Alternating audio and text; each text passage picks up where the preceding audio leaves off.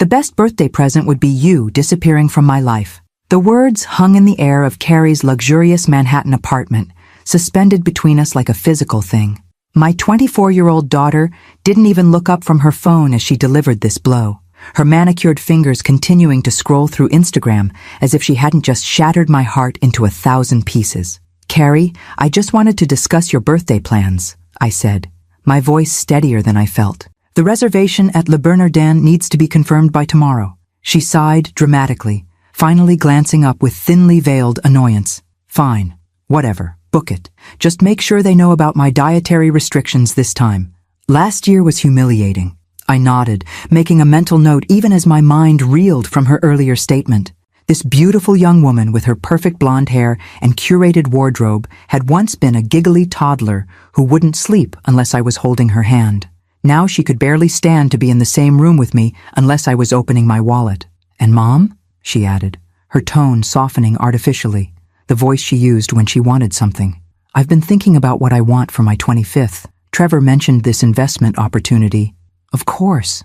Trevor Walters, the entrepreneur boyfriend with his slick suits and empty promises. I'd been writing checks to fund his ventures for the past year, money that disappeared into the black hole of his ambition while he encouraged Carrie's worst instincts. "We can discuss that later," I said, gathering my purse. "I should go.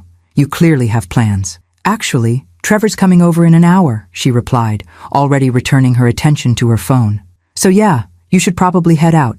The dismissal was so casual, so complete. As I let myself out of the apartment I'd paid for, with its panoramic views of Central Park that cost more per month than my professor's salary, a strange calm began to settle over me. It wasn't the calm of acceptance, but the stillness that comes when something fundamental finally breaks beyond repair. On the elevator ride down, I thought about the jewelry set waiting in my safe at home. Vintage pieces that had belonged to Richard's grandmother, intended as Carrie's birthday present.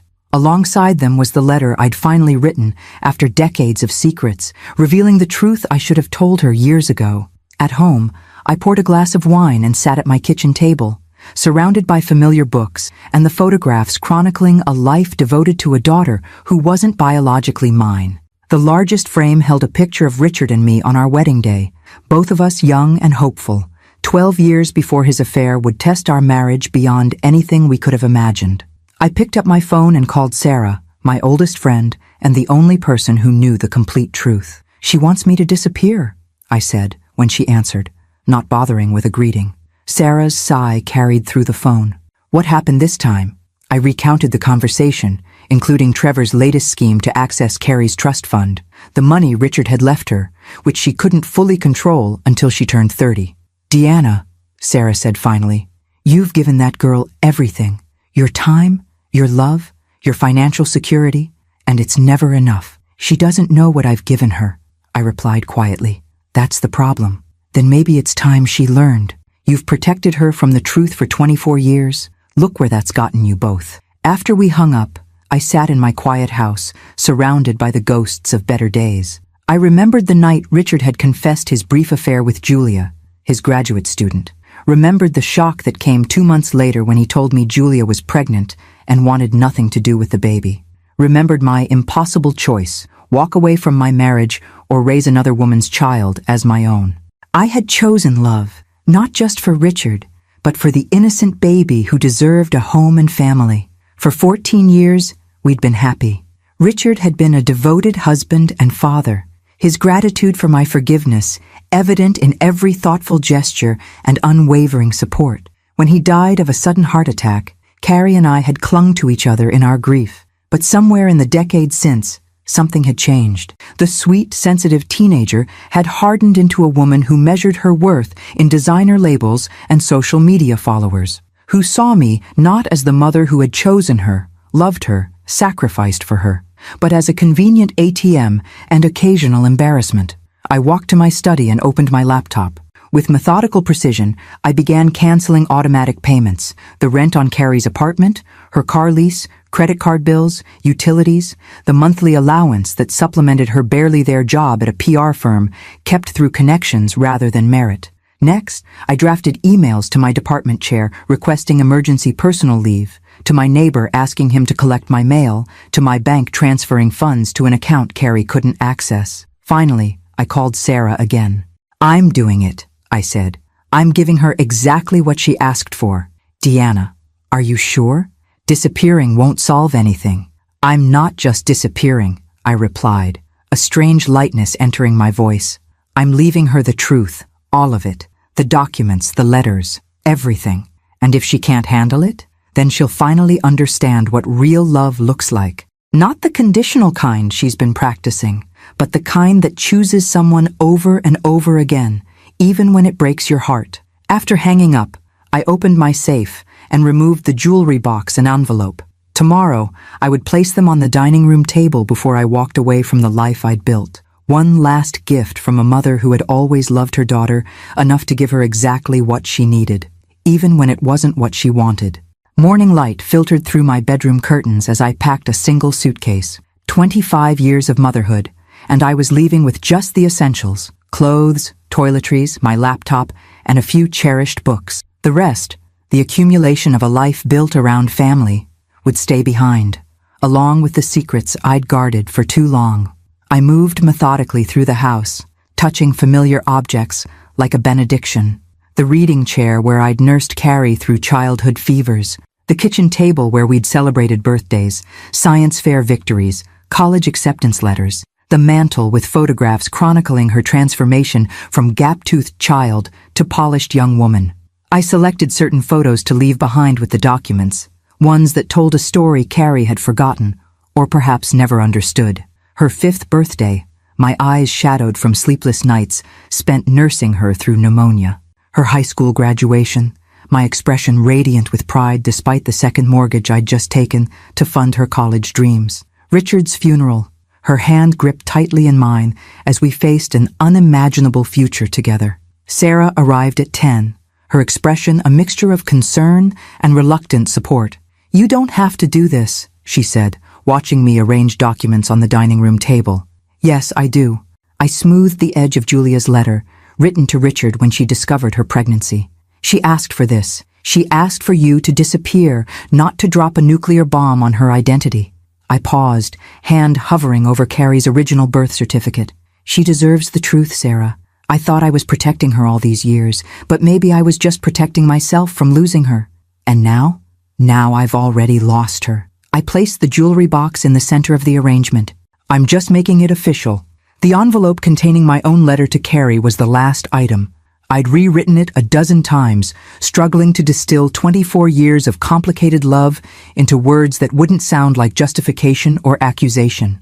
"My dearest Carrie, by the time you read this, I will be gone, as you wished. Before I disappear from your life, there's a truth you deserve to know, one I should have shared long ago. I am not your biological mother. 24 years ago, your father had a brief relationship with Julia Reed, his graduate student. When she discovered she was pregnant, she wanted neither marriage nor motherhood. She left you with Richard and disappeared from our lives. I had a choice then: walk away from a broken marriage or open my heart to an innocent child who needed a mother. I chose you, Carrie, not from obligation, but from love. A love that grew with every sleepless night, every fever, every triumph and heartbreak we weathered together. The documents enclosed will confirm everything. Your original birth certificate, Julia's letters, the legal adoption papers, the financial records showing what maintaining your lifestyle has cost over the years. Not because I want gratitude, but because I want understanding. The jewelry was to be your birthday present. Your grandmother, Helen's sapphires. They represent a legacy of women who understood that family is created through love and choice, not merely blood. I don't know if you'll ever forgive me for keeping this truth from you, or for leaving now. I don't know if you'll ever understand that disappearing is the hardest gift I've ever given you. But I hope someday you'll remember that for 24 years, I chose you. Every day, even when it broke my heart. I have loved you enough to give you everything, including the space to discover who you are without me. Perhaps someday you'll find room in your heart for the mother who chose you, flaws and all. With eternal love, Mom. I sealed the envelope, my tears threatening to smudge the ink. Sarah squeezed my shoulder. "The car's waiting," she said softly. "Are you sure about this address?" I nodded, picking up my suitcase. The small coastal cottage I'd rented in Maine was as far from my academic life in New York as I could reasonably manage. Remote enough for solitude, but not so isolated that Sarah couldn't reach me if necessary. "How long will you stay away?" she asked as we walked to the waiting taxi. "I don't know," I admitted. "Until I find myself again, maybe. Or until Carrie does. And if she tries to find you?" "She won't. Not at first. She'll be too angry. Too hurt." I closed the taxi's trunk. "If that changes, you know how to reach me." We embraced, Sarah's familiar perfume momentarily grounding me in the familiar as everything else in my life shifted. "Take care of yourself for once," she whispered. The taxi pulled away from the only home Carrie had ever known, the house where I'd raised a daughter, buried a husband, and finally lost myself in the process of giving too much. As the familiar streets of our suburb gave way to highway, I felt something unexpected bloom alongside the grief, a tentative freedom. For 24 years, every decision had been filtered through the lens of motherhood. What would be best for Carrie? What would protect her? What would give her the future she deserved? Now, for the first time since a pregnant graduate student had upended my carefully planned life, I was answerable only to myself. The realization was terrifying, exhilarating, necessary. "Where to, ma'am?" the driver asked as we approached the train station. "North," I said, watching my old life recede in the rearview mirror, "as far north as the tracks will take me." The small cottage in Ogunquit, Maine, stood on a rocky bluff overlooking the Atlantic. Weathered gray shingles, blue shutters, and a wraparound porch that caught both sunrise and sunset. It was nothing like the meticulously decorated colonial I'd left behind. Nothing here reminded me of Carrie, of Richard, of the life I'd carefully constructed and then abandoned in a single day. I'd been there 3 days when Sarah called. "She's been trying to reach you," she said without preamble. "Her cards were declined at Bergdorf's yesterday. She's frantic." I sat on the porch swing, watching waves crash against the shoreline below. "What did you tell her?" "That I don't know where you are," which is technically true. "You didn't give me the exact address." "And the house? The documents?" Sarah hesitated. "She hasn't been there yet, as far as I know. She's been calling everyone except me until now. Her friends, your colleagues, even Richard's old law partner.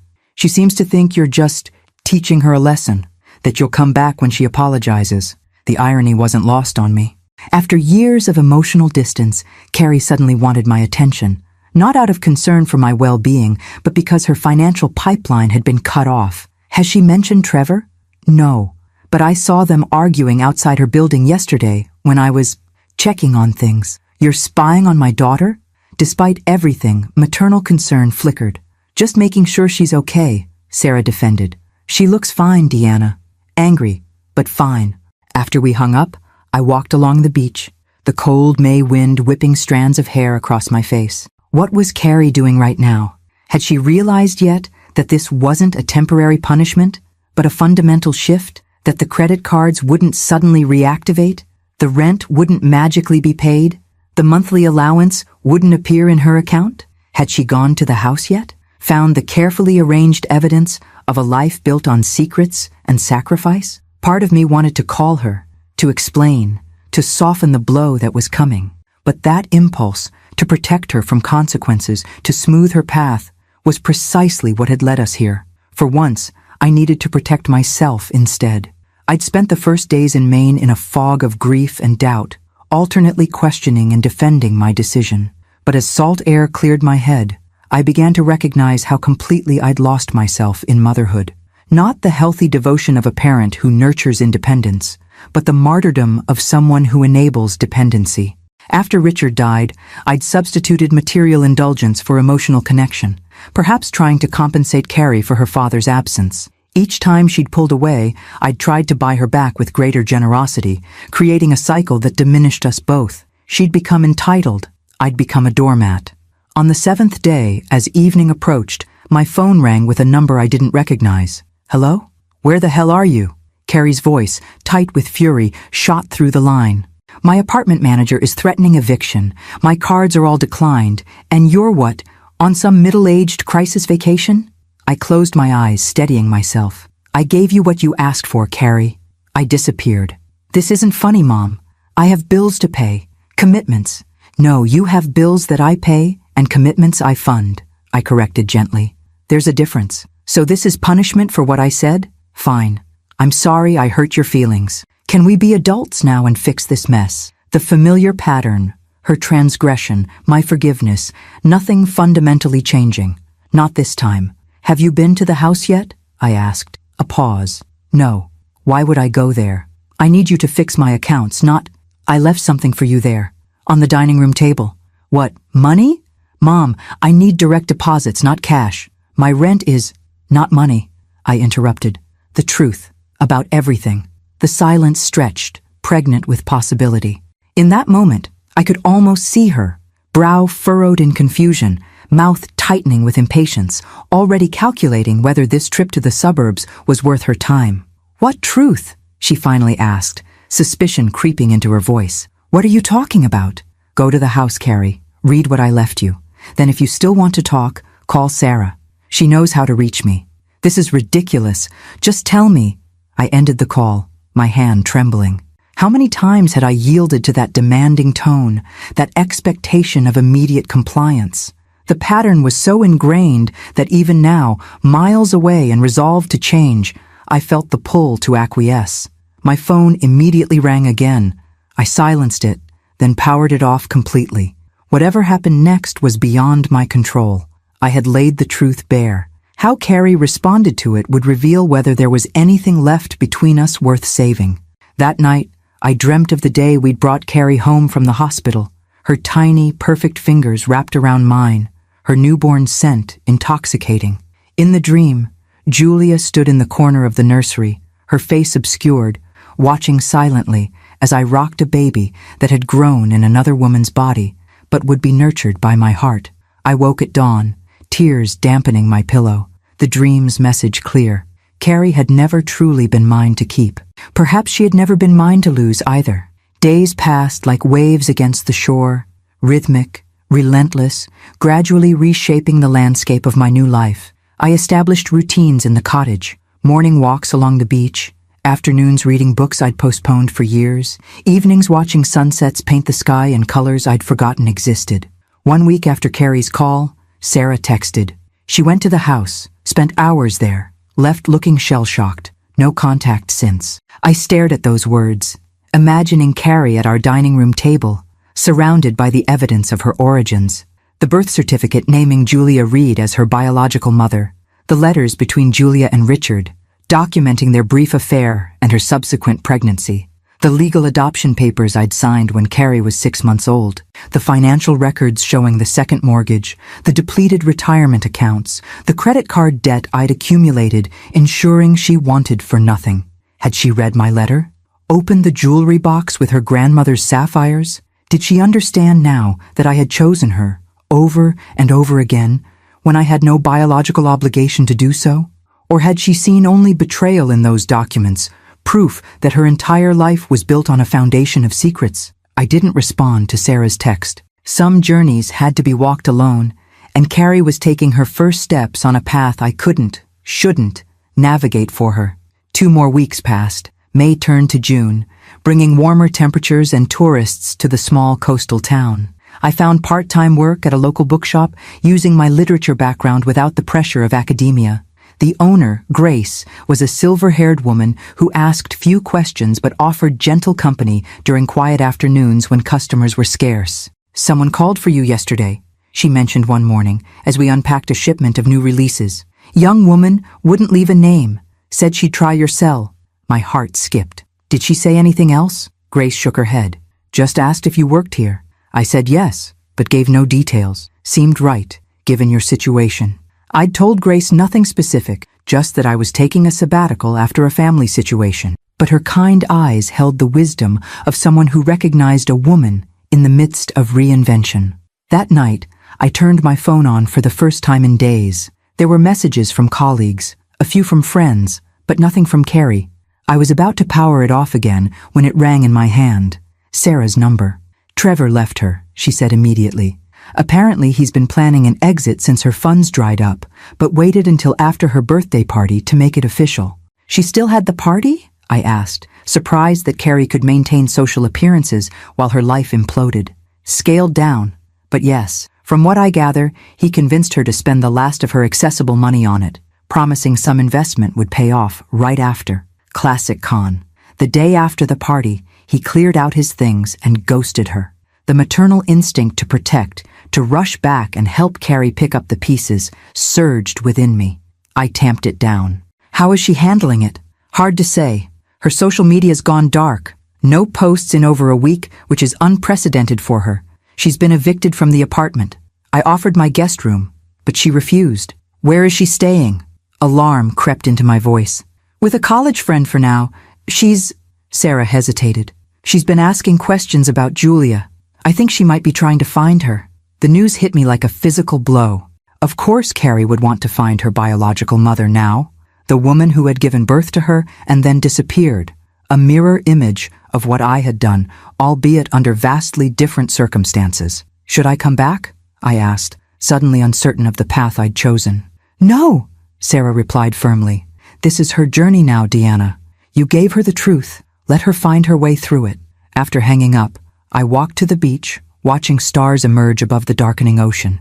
Somewhere, under the same sky, my daughter was rebuilding her understanding of herself, of me, of Richard, of the family we'd created from complicated beginnings. Was she angry, hurt, relieved to finally understand the subtle wrongness she might have sensed but never named? I thought of Julia, whom I'd met only twice, once when she told Richard about the pregnancy, once when she handed over their newborn daughter. She had been young, ambitious, wholly uninterested in motherhood. Had those feelings changed with time?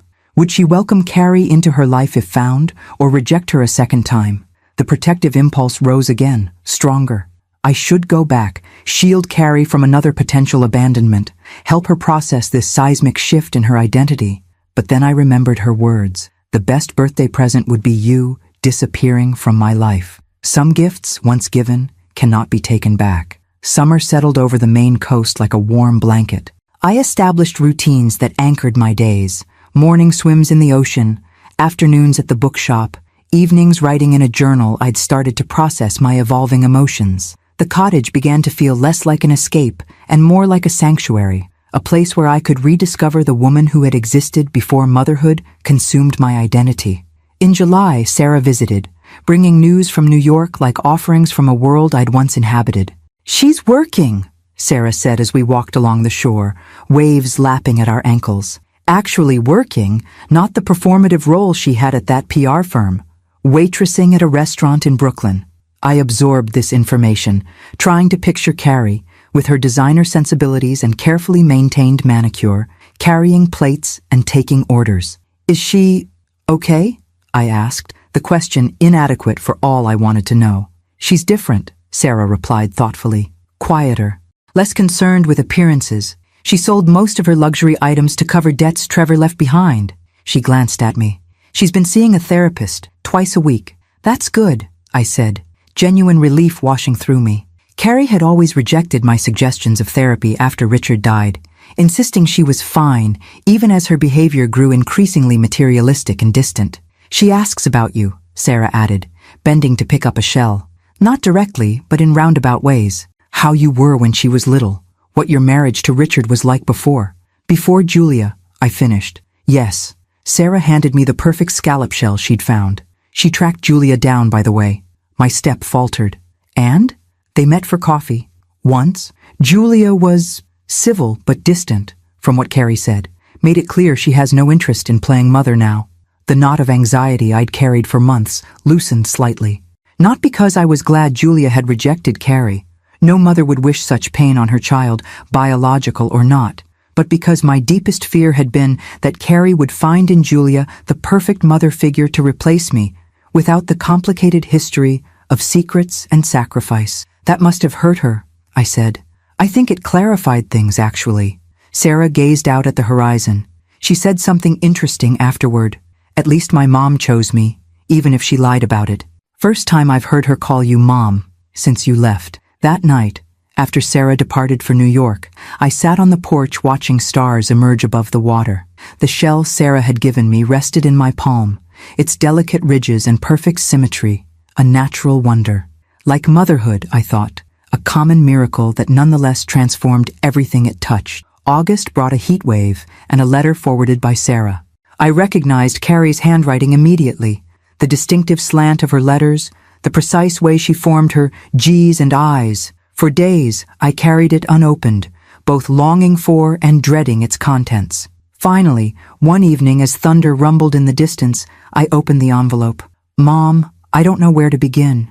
The things I discovered in those documents, about Julia, about you and Dad, about who I am, have forced me to re-examine everything I thought I knew about my life. At first, I was furious. How could you keep this from me? How could you and Dad build our family on a lie? I felt betrayed, lost, like my entire identity had been constructed on a false foundation. But as weeks passed, and especially after meeting Julia, did Sarah tell you? I've started to understand something. DNA doesn't make a mother. Choosing to love someone day after day, through tantrums and teenage rebellion and ungratefulness, that's what makes a mother. Julia gave birth to me, but she never wanted me. You had every reason to walk away, from Dad, from me, from the painful reminder of his betrayal, but you didn't. You chose me again and again, even when I gave you every reason to stop choosing me. The financial records you left shocked me most of all. I never realized what you sacrificed to maintain the lifestyle I demanded. The second mortgage on the house, the loans, your retirement, depleted for my tuition. All while I treated you like an ATM, like your only value was what you could provide materially.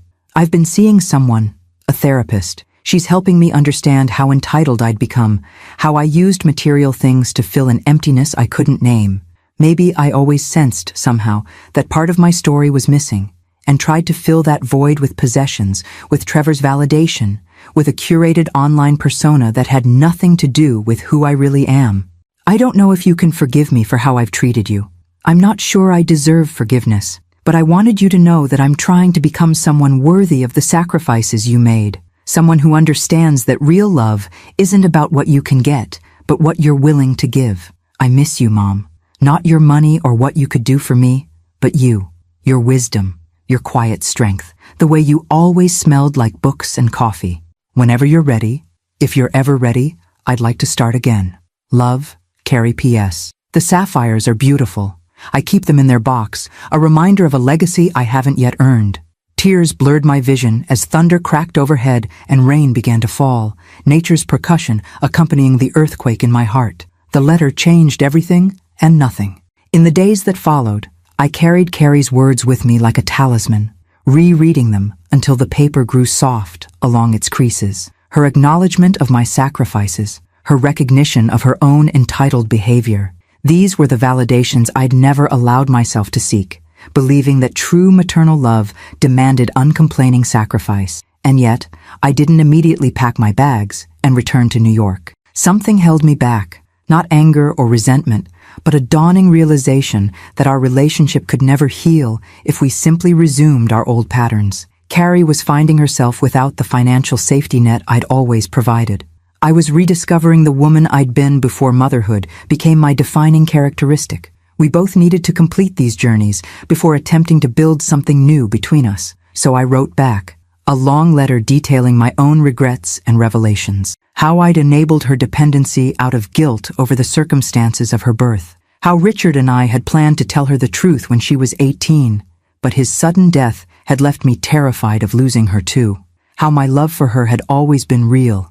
Even when the narrative of our family contained deliberate omissions, I ended with an invitation, not to resume our old relationship, but to begin building a new one, based on honesty and mutual respect rather than guilt and obligation.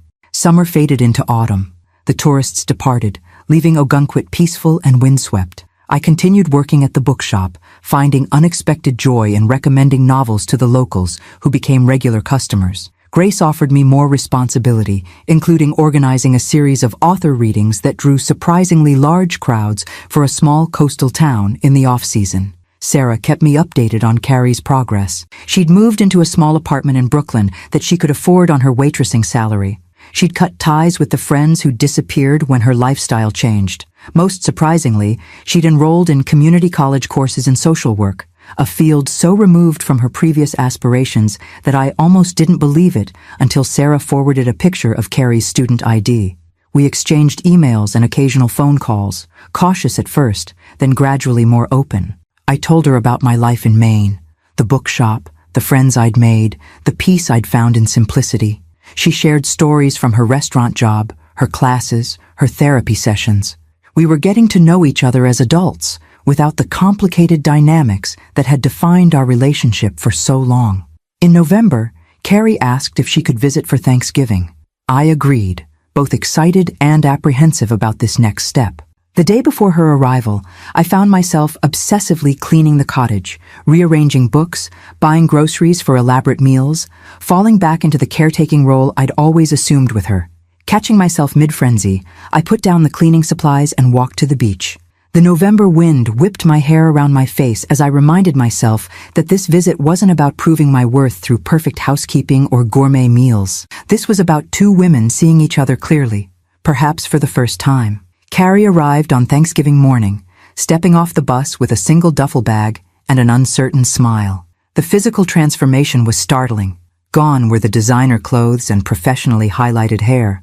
This Carrie wore jeans and a simple sweater, her natural brown hair pulled back in a ponytail. But more striking was the change in her eyes, the entitled hardness replaced by something softer, more vulnerable, yet somehow stronger. "Hi, Mom," she said.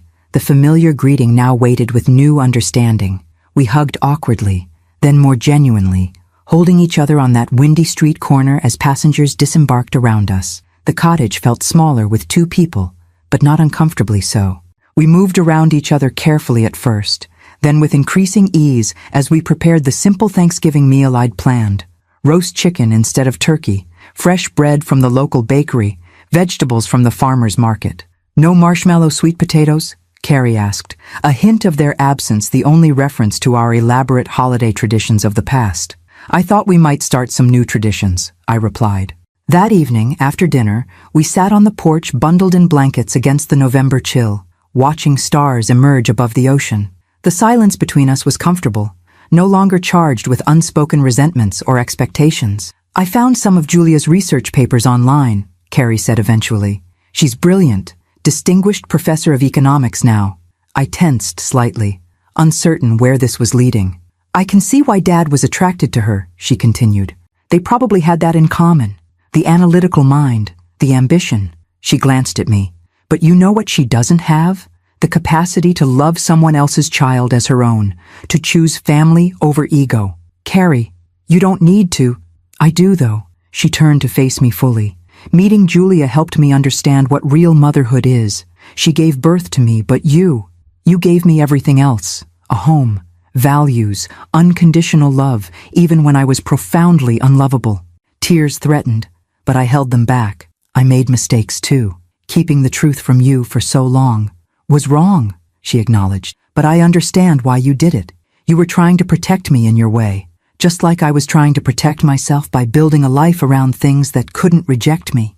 The rest of Thanksgiving weekend unfolded with a delicate balance of honesty and care. We walked the deserted beaches, explored the small-town shops, and spent evenings by the fireplace talking in a way we never had before, as equals, each with our own wounds and wisdom to share. Carrie told me about her first meeting with Julia, the awkward coffee date where her biological mother had been polite but distant, making it clear she had no interest in a relationship. "She kept checking her watch," Carrie said, as if meeting the daughter she gave away was just another appointment to get through.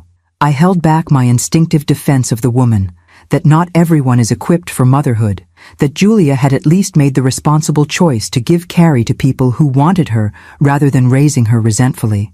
Instead, I listened, allowing Carrie to process the rejection in her own way. In turn, I shared stories I'd never told her, about the early days after bringing her home from the hospital, my initial struggle to bond with the living embodiment of Richard's infidelity. The moment that struggle ended when she'd gripped my finger with her tiny hand and stared into my eyes with complete trust. "I should have told you the truth when you were old enough to understand," I admitted. "After your father died, I was so afraid of losing you too. I thought if you knew you weren't biologically mine, you might reject me." "I might have," Carrie acknowledged with surprising self-awareness, "especially during my rebellious phase. I was looking for reasons to push you away even without knowing about Julia." "Why?" I asked, the question that had haunted me for years. She considered this, staring into the fire. I think I always sensed something was off. Not with your love. That was constant. But there was this undercurrent I couldn't name.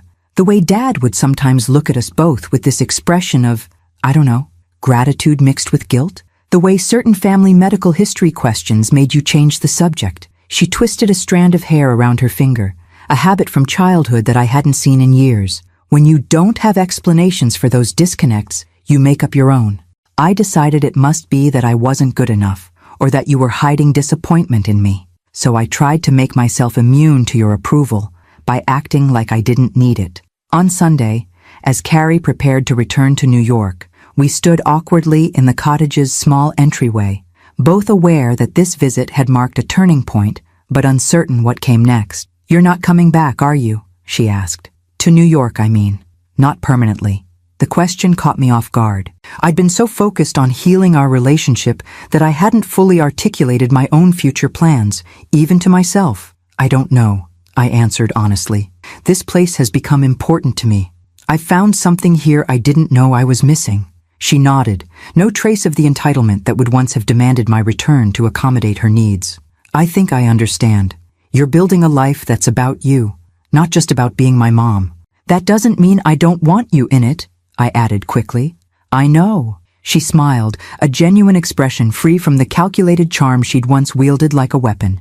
"But maybe we both need separate, healthy lives before we can really be part of each other's." As the bus pulled away, carrying my daughter back to her new life in Brooklyn, I felt a complex mixture of emotions: pride in her growth, hope for our future, and a bittersweet acknowledgement that our relationship would never return to what it had been. Perhaps that was for the best. Winter descended on Maine with theatrical flair. Blizzards, ice storms, and crystalline days when sunshine on snow created a brightness almost too intense to bear. I continued working at the bookshop, began volunteering at the local library, and even dated briefly. A divorced fisherman named Jack, who shared my love of literature, but ultimately wanted more commitment than I was ready to give. Carrie and I established a new pattern of communication: weekly phone calls, regular emails, occasional care packages exchanged by mail. She sent me photographs of her life in Brooklyn, her tiny apartment decorated with secondhand furniture, her classmates from the social work program, the community garden where she'd claimed a small plot. I sent her seashells, local maple syrup, and books I thought she might enjoy, gifts chosen for thoughtfulness rather than monetary value. In February, she called with unexpected news. "I've been offered an internship," she said, her voice brimming with an excitement I hadn't heard in years. "At a women's shelter in Boston. It's unpaid, but one of my professors recommended me specifically." A pause. I thought, since Boston's only 2 hours from Ogunquit, maybe I could find an affordable apartment somewhere between. Commute to the internship and see you more often? The old instinct arose immediately, to offer financial support, to solve her problems, to smooth her path. I tamped it down. "That sounds like a wonderful opportunity. Have you looked into housing options?" "I've been researching options," Carrie replied. "There are some shared houses in Portsmouth that might work with my budget. It would be about an hour to Boston and 30 minutes to you."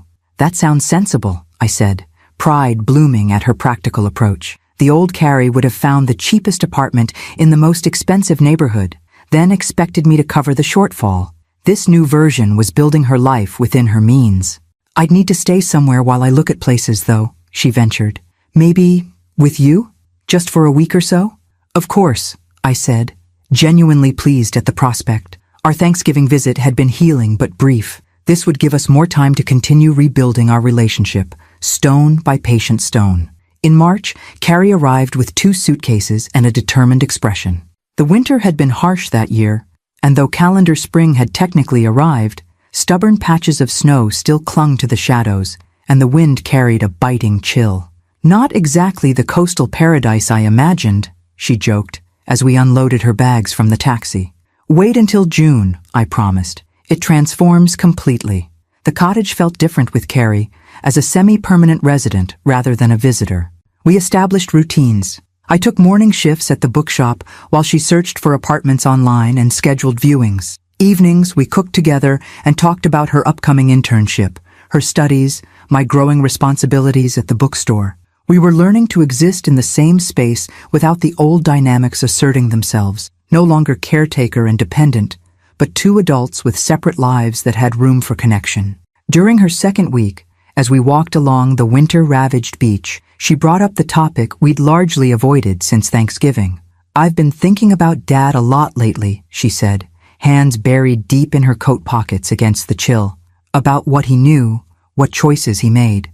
I nodded, giving her space to continue. "He never treated me differently, did he? Even knowing I wasn't biologically yours?" "Never," I assured her. "From the moment he brought you home, you were his daughter in every way that mattered. He adored you." "But he wanted to tell me the truth," she said. "It wasn't a question." "Yes, he believed you had a right to know your origins. We argued about it several times as you got older." I picked up a smooth stone, turning it over in my gloved hands. "He thought we should tell you when you were 16.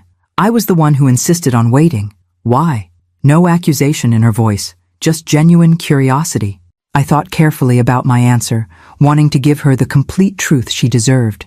"Partly to protect you, as I've said, but also, selfishly, to protect myself. I was afraid that if you knew you weren't biologically mine, it might change how you saw me, that I'd become secondary somehow. Instead, keeping the secret created distance anyway," she observed. "Yes," I acknowledged. "I can see that now." The energy it took to maintain that fiction, it affected everything, created this undercurrent of tension neither of us could name. We walked in silence for a while, the rhythmic crash of waves punctuating our thoughts. "After I met Julia," Carrie finally said, "I kept thinking about how DNA is just instructions, chemical coding. It determines eye color and health risks, but not who will sit beside your hospital bed when you're sick, or who will celebrate your achievements, or forgive your worst behavior." She looked at me directly. "Those things aren't inherited. They're chosen. You chose all of that, even when I made it incredibly difficult." Tears pricked my eyes despite the cold wind. "I would choose it again," I said simply. By the end of March, Carrie had found a small apartment in Portsmouth, with a reasonable rent and 2 roommates, graduate students who kept similar hours and shared her newfound appreciation for simplicity. I helped her move in, carefully maintaining the boundary between supportive and over-involved. When she mentioned needing dishes and basic furniture, I bit back the impulse to reach for my credit card, instead suggesting secondhand shops where I'd found good deals for the cottage. The night before her internship began, we had dinner at a small restaurant halfway between our homes, neutral territory for this new chapter. "Are you nervous?" I asked as she fidgeted with her napkin. "Terrified," she admitted with a laugh. "What if I'm terrible at this? What if all those women see through me immediately? The former princess trying to play social worker." "You're not playing at anything," I said firmly. "You're reinventing yourself based on hard-earned wisdom. That's something the women you'll be working with might actually understand better than most." She considered this, then nodded. "I never thought about it that way. We've all had to start over for different reasons." Spring crept tentatively into southern Maine, transforming the landscape with deliberate patience. Much like Carrie's internship and my own evolving life, the change wasn't dramatic or sudden, but accumulated in small daily shifts. Wildflowers pushing through thawing ground, birds returning with their dawn chorus, daylight stretching longer into the evening. April brought unexpected news from New York. Sarah called one morning as I was preparing to open the bookshop.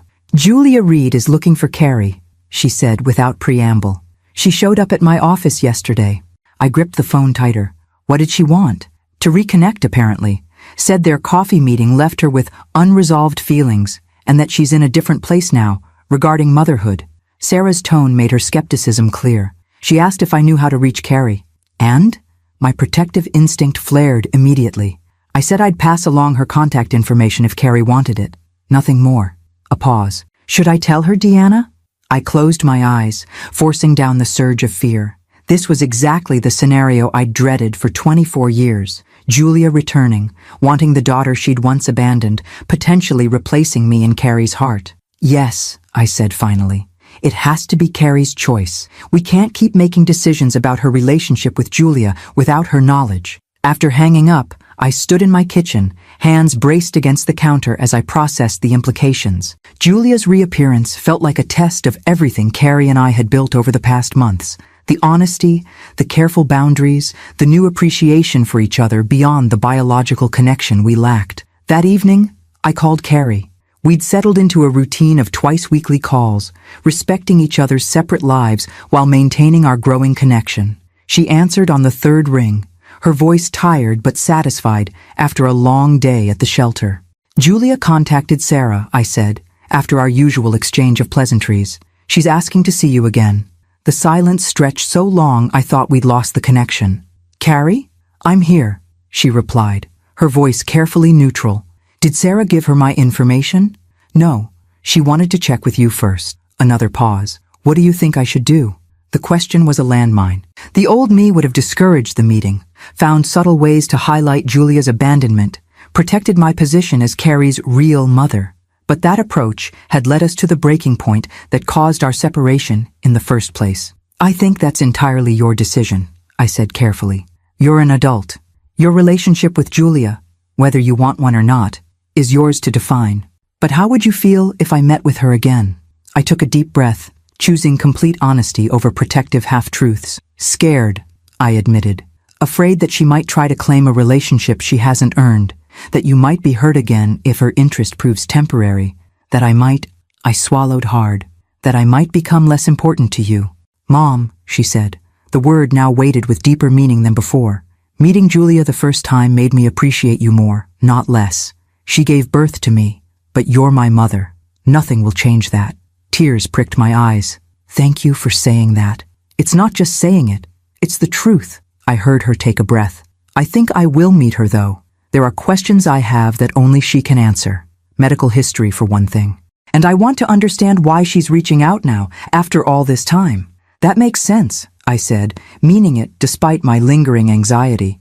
"Just be careful with your expectations. I've learned that lesson pretty thoroughly this year, don't you think?" A touch of wry humor colored her voice. "My expectations nearly cost me the most important relationship in my life." After we hung up, I walked to the beach, watching the last light fade from the sky as I contemplated this latest development. Intellectually, I knew Carrie's decision to meet Julia again was healthy and reasonable. Emotionally, I couldn't help feeling threatened, as if our hard-won reconciliation might be jeopardized by Julia's reappearance. Was this another test of my ability to love Carrie without possessiveness, to support her choices even when they scared me? To trust that our bond was strong enough to withstand Julia's renewed interest? Carrie met with Julia the following weekend in Boston. She called me immediately afterward, her voice thoughtful but calm. "She's writing a book," Carrie explained, "about women in academia and the choices they make regarding career versus family. Our story, her pregnancy, her decision to give me to Dad, is part of it." "I see," I said, unsurprised that Julia's renewed interest had a practical motivation. "How do you feel about that?" "Conflicted. Part of me thinks it's convenient that she only wanted to reconnect when it served her professional interests, but another part understands she's trying to make sense of her choices, just like we all are." May arrived with a profusion of wildflowers and warming temperatures. The tourists would soon return to Ogunquit, transforming the quiet coastal town into a bustling vacation destination. I found myself thinking about the future in a way I hadn't since arriving nearly a year earlier. Not just days or weeks ahead, but months, years. Would I stay in Maine permanently? Return to teaching? Forge some new path entirely? Grace, sensing my contemplation, broached the subject one quiet afternoon in the bookshop. "School year's ending soon," she remarked casually as we unpacked a shipment of summer reading titles. "Any thoughts about going back to your university position?" "They've filled it," I replied, arranging novels on a display table. "I officially resigned in January." She nodded, unsurprised. "And how do you feel about that?" I considered the question seriously. Lighter, actually. Academia was fulfilling, but there was always this pressure. Publish or perish, compete for grants, navigate departmental politics. Here, I gestured around the cozy bookshop with its worn wooden floors and sun-dappled shelves. "There's a simplicity I've come to value." "You've changed since you arrived," Grace observed. "Less wound up, more present." "Motherhood defined me for so long," I said. "Even when Carrie was grown, I was still primarily her mother, her support system, her financial safety net. Stepping away forced both of us to redefine ourselves." "And how is that going? With Carrie?" I smiled, thinking of our most recent visit the previous weekend. She'd shown me around her apartment in Portsmouth with obvious pride, introducing her roommates and cooking dinner for me. A simple pasta dish, but one she'd prepared entirely herself. Better than I could have imagined, I admitted. We're building something new together, something healthier. The truth was, Carrie's transformation continued to astonish me. The entitled young woman who had once sneered at my basic lifestyle was now embracing simplicity with genuine enthusiasm. Her internship at the women's shelter had evolved into a part-time paid position alongside her studies. She'd started a small savings account, managed her modest budget carefully, and even begun paying back small amounts toward the educational loans I'd taken out on her behalf, something I'd never requested but which she insisted upon as part of her accountability process, a term she'd picked up in therapy. In late May, Carrie called with news that would further test our evolving relationship. "Julia wants me to contribute to her book," she said. "My perspective on being raised by you, discovering the truth about my origins, reconnecting with her. She's offering payment." I absorbed this information carefully, aware of my instinctive resistance, but determined not to let old patterns dictate my response. "How do you feel about it?" "Conflicted," she admitted. "The money would help with school expenses, and part of me thinks it might be therapeutic to articulate my experience from my own perspective rather than having her interpret it." "But," I prompted, hearing the hesitation in her voice, "but I worry about how it might affect you. Our story isn't just mine to tell, it's yours too. And while Julia is approaching this as an academic case study, for us, it's our actual lives." Her consideration of my feelings, so different from the self-centered demands of a year ago, touched me deeply. "I appreciate that, Carrie, but I don't want to stand in the way of something that might be beneficial for you. What if we did it together?" she suggested suddenly. "Not for Julia's book, but something separate. Our story, from both perspectives, what it means to be mother and daughter beyond biology, how we broke and then rebuilt our relationship." The idea caught me off guard. "You mean, write our own book? Why not? You're the literature professor. I'm studying narrative therapy techniques in my social work program. We both have something to say about family, truth, forgiveness." As summer fully arrived in Maine, Carrie and I began working on what we called the project, meeting weekly at a cafe halfway between our homes, sharing written pieces, discussing painful memories and new insights with an honesty that would have been impossible a year earlier. The process was sometimes difficult, but always illuminating, forcing us both to examine our choices, acknowledge our mistakes, and recognize the love that had sustained us through it all. 1 year to the day after I'd left the letter and documents on my dining room table, we met at the cottage to mark the anniversary. The Maine coast was in full summer glory, sailboats dotting the blue horizon, gardens bursting with color, sunshine warming the weathered boards of the porch where we sat with glasses of lemonade. "I've been thinking about what you said that day," Carrie remarked, watching the ocean, "that the best birthday present would be me disappearing from your life." I winced at the memory. "Carrie, you don't need to—" "No, let me finish," she interrupted gently. "You gave me exactly what I asked for, but not in the way I expected. You disappeared physically, but for the first time, you were truly present in my life through those documents, those truths. By leaving, you forced me to see you clearly, not as the ATM I'd reduced you to, but as a woman who chose to love me when she had every reason not to." She reached into her bag and pulled out a small wrapped package. "This is a year late, but happy unbirthday, Mom." Inside was a simple silver frame containing a photograph I'd never seen, Richard holding newborn Carrie, looking at her with pure adoration, while I stood beside them, my expression a complex mixture of uncertainty, determination, and nascent love. "Where did you find this?" I asked, throat tight with emotion. "In Dad's old albums. I think Aunt Sarah took it the day you brought me home from the hospital." Carrie's fingers traced the edge of the frame. "It's us at the beginning, the moment you chose to be my mother, before you even knew if you could love me." "I did love you," I said softly. "Not immediately, perhaps, but fully, completely, once I allowed myself to." "I know," she replied, "and that's what makes you my real mother, not obligation or biology, but choice, daily, difficult choice." As the sun began its descent toward the horizon, painting the sky in impossible colors, I realized that my greatest gift to Carrie hadn't been financial support or material comfort, but the courage to disappear when she needed to find herself, and the patience to return when she was ready to truly see me. Some journeys require separation before reunion is possible. Some truths must break us before they can heal us. Some loves are proven not by what we give, but by what we're willing to let go.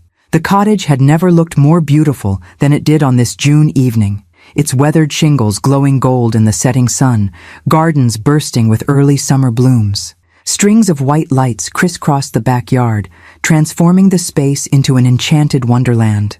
Laughter and conversation drifted through the open windows as I put the finishing touches on a tray of hors d'oeuvres in the kitchen. "Mom, they're here!" Carrie called from the front porch. I smoothed my dress, a simple linen shift rather than the formal wear I once would have chosen for such an occasion, and joined her outside. A taxi was pulling up, and from it emerged Sarah, elegant as always despite her now fully silver hair, accompanied by Grace from the bookshop and several of my former university colleagues who had made the journey to Maine. "The guest of honor arrives at last," Sarah announced, embracing me warmly. "Though I still don't understand why you insisted on preparing everything yourself when this party is supposed to be celebrating you." "Some habits die hard," I replied with a smile. The occasion was the publication of The Choice, the book Carrie and I had spent the past 3 years writing together. What had begun as casual conversations over coffee had evolved into a full memoir, a dual narrative exploring our complicated journey through secrets, estrangement, and reconciliation. To our surprise and delight, a respected publishing house had picked it up, praising its honest examination of mother-daughter relationships beyond biological connection. More cars arrived, disgorging guests onto the shell-strewn driveway. Carrie's roommates from Portsmouth, now close friends. My neighbors from town. The small, close-knit community I'd built in Maine alongside the relationships I'd maintained from my previous life. 2 worlds merging seamlessly as twilight softened the coastal landscape. I found myself watching Carrie as she moved through the crowd, greeting guests with genuine warmth. At 29, she had blossomed into a woman of substance and compassion. Her hair, now worn in its natural brown rather than the artificial blonde she'd once favored, was pulled back in a simple knot. Her dress was elegant but understated, her only jewelry a pair of small sapphire earrings that had been part of her grandmother's set, chosen not for show, but for their connection to family history. After completing her social work degree, she had secured a position at a family services organization in Portsmouth, specializing in supporting adoptive families and children in foster care. The irony wasn't lost on either of us, that her own experience had uniquely qualified her to help others navigate the complex emotions surrounding non-biological family connections. "Your mother would be proud," said a voice beside me. I turned to find Julia Reed, the woman who had given birth to Carrie 29 years earlier. Our relationship had evolved over the years into something neither of us could have anticipated. Not friendship exactly, but a mutual respect built on our shared connection to Carrie. "Thank you for coming," I said sincerely. "It means a lot to her that you're here." Julia nodded, her gaze following mine to where Carrie stood chatting with guests. "Your book is extraordinary," she said. "It must have been difficult to be so vulnerable on the page." "Terrifying," I admitted, "but necessary. For both of us." After our initial work together on the project, Carrie had approached Julia about contributing her perspective. To my surprise, Julia had declined to participate directly, but had offered her blessing for us to share the complete story, including her role in it. "Some stories belong to those who lived them most fully," she told Carrie. "This one belongs to you and Deanna." Julia's book on women's choices in academia had been published 2 years earlier, with only a brief, anonymized reference to her experience giving up a child while pursuing her career. She had sent us both signed copies with a note that read simply, "Different choices, different paths, all valid." "Shall we join the others?" I suggested, gesturing toward the backyard where tables had been set up beneath the twinkling lights. The evening unfolded like a dream. Dinner under the stars, toasts offered by friends both old and new, laughter that carried across the gentle summer air. Grace had arranged for the local bookshop to sell copies of The Choice, and to my amazement, a line formed as guests purchased books for us to sign. "To think," Sarah murmured as she watched us signing, that the worst day of your life would eventually lead to this. I thought back to that devastating moment in Carrie's apartment, hearing her wish for my disappearance. The pain had been unbearable then, but from that breaking point had come a rebuilding neither of us could have imagined. As the night deepened and guests began to depart, I found myself sitting on the porch steps with Carrie, both of us barefoot, shoes abandoned hours earlier. "I have something to tell you," she said, twisting the stem of her wine glass between her fingers. "I've been waiting for the right moment." "Good news or bad news?" I asked, recognizing the mixture of excitement and nervousness in her expression. "Good, I think." She took a deep breath. "I've been approved to become a foster parent. Single, so it's taken longer, but I got the call yesterday." Joy and pride swept through me in equal measure. "Carrie, that's wonderful. When?" "They have a 12-year-old girl who needs placement. Difficult case. She's been in the system a while, has trust issues, pushes people away." Carrie's eyes met mine, a world of understanding passing between us. "Sound familiar?" "A bit," I acknowledged with a smile. "Are you nervous?" "Terrified," she admitted. "What if I can't connect with her? What if I make all the wrong choices? What if she never trusts me?" I placed my hand over hers. "You have something invaluable to offer this child, something many foster parents don't have. You understand what it means to build family bonds that aren't based on DNA. You've lived it from both sides now." She nodded slowly. "I've been thinking about what you wrote in the book, about how true motherhood isn't a biological fact, but a daily choice, how you had to consciously choose me every day until love became instinct." "It didn't take long," I assured her. "Just those first difficult weeks when you were a living reminder of painful things. After that," I shrugged, "you were simply my daughter." "I want to do that for Mia," she said, using the girl's name for the first time. "Choose her every day until she believes someone can. Even if she never calls me mom, even if she's only with me temporarily, I want to be the adult who proves some people will stay."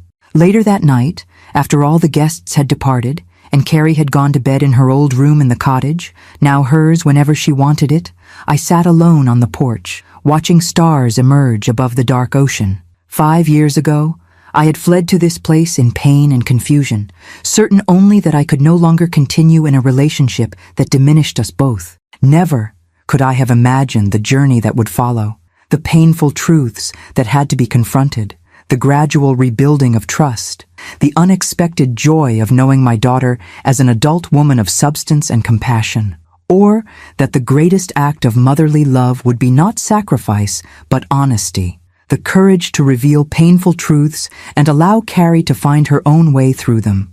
The book we had written together sat on the table beside me, its cover showing a beach with 2 sets of footprints, one larger, one smaller, walking parallel to the water's edge, not hand in hand, not one following the other, but side by side, separate yet connected.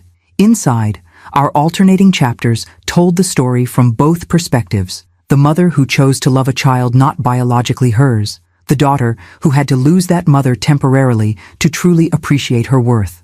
Early reviews had been surprisingly positive, with particular praise for our unflinching examination of difficult truths, how secrets, even those kept with the best intentions, create invisible barriers, how financial support can become a substitute for emotional connection, how 2 people can experience the same event so differently.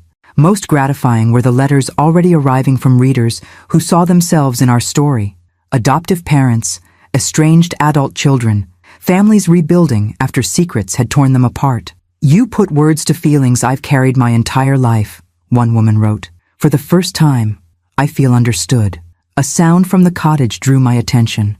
Carrie, standing in the doorway wrapped in a blanket. "Can't sleep?" I asked as she joined me on the porch swing. "Too much excitement.